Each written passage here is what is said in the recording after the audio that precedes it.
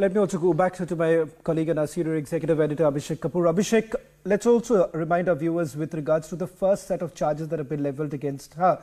In fact, the committee that was looking into the charges that have been levelled against her also spoke about the national security concerns, starting from the fact that access that was given to a private businessman to her account, her parliamentary account, by which the private businessman was putting out questions which she had thereafter asked on the floor of the parliament, not once, over 60 times. And the login were from multiple locations, mainly outside India. And that is the reason why herein comes the national security concern. Well, absolutely. In fact, if you look at this angle also, this particular complaint which has come to light now with Madhurima getting it, Shravan, what is clear is that Mahua Moitra says something else, practices something else, and that double standard is very clear while she's presenting herself as an activist at the forefront on the issues like Pegasus, on snooping, and was making very serious charges against the government without any basis or evidence.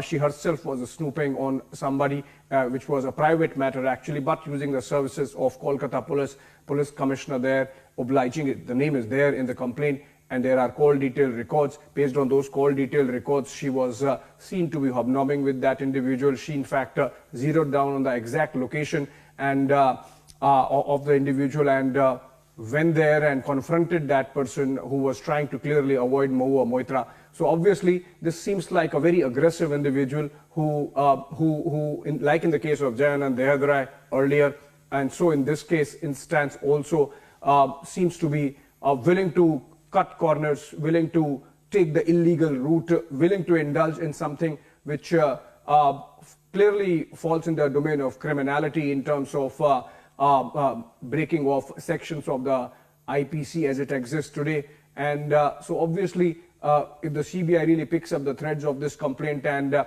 carries out the investigation, there could be more serious charges added to already Mahua Moitra, whatever already she's facing in terms of giving access of her account to somebody who was not authorized in the case of parliament questions, and then of course lobbying, etc. The charges in which she finds herself surrounded, So obviously this is one more of the many cases now against Mahua Moitra, and it's a formal complaint. Attached evidence there in the complaint, as we can see, Shravan, and maybe in a bit we will try to put across some redacted portions of the complaint so that viewers understand what exactly she was up to in terms of tracking an individual, taking the help of Kolkata police obliging. I think this is going to be serious and can blow up into a big political controversy as well, apart from whatever investigation the CBI does.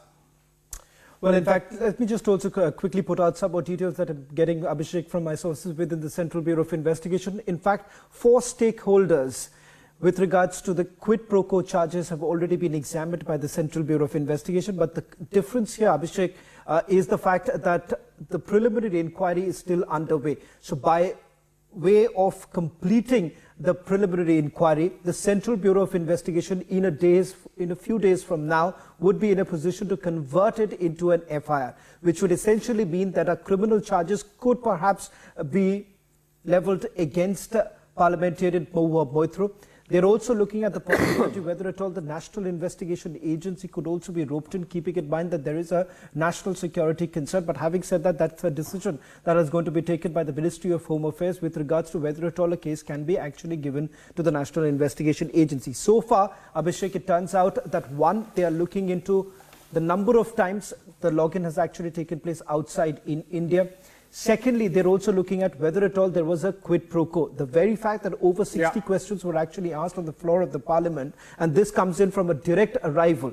The questions were essentially set off by a direct arrival, and more importantly, Mahua Moitra had frequently only asked questions about a particular business conglomerate and nothing to do with her own constituency. That is the reason why perhaps the Central Bureau of Investigation also looking at whether there have been any sort of transactions that have taken place. So far, the parliamentarian says that no business transactions have taken place, but will that cut ice with the Central Bureau of Investigation, as there is a possibility that criminal charges could be leveled. Now, illegal snooping, that's the latest charge that has been leveled. Just for a quick response also coming in, Abhishek, just to bring you into this, as I understand, Jai Anant Dehadrai has shot off this letter on the 29th of December, where he basically talks about, one, that she was in touch with Jai Anant Dehadrai.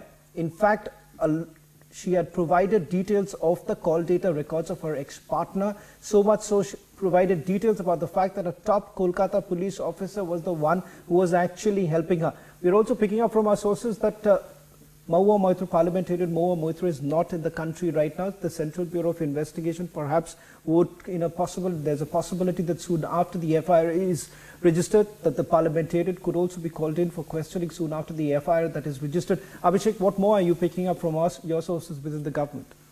Well, so there is this political aspect also, Shravan. Remember, Mahua Moitra, as I was mentioning, has tried to project a picture where she comes out as an activist or a snooping, and she was particularly vocal on the issue of Pegasus episode, and subsequently we have seen now this detail coming out, of course, through the complaint of Jai Anant Dehadrai, and he has revealed his source, which happens to be Mahua Moitra. So it's self-incriminating. So Mahua Moitra actually sharing all those details with Jai Anant Dehadrai, and it's so coming out that she was actually able to access call detail records, which you are not allowed to as a common citizen of the country, even as a member of parliament. Obviously, this was a Trinamool link or connection, which made her get the Kolkata police to do the snooping, and this is all illegal activity. You know, there was no criminal case against the individual who was being snooped down upon, and it was purely done for a private pursuit of a Trinamool leader, and I think that's something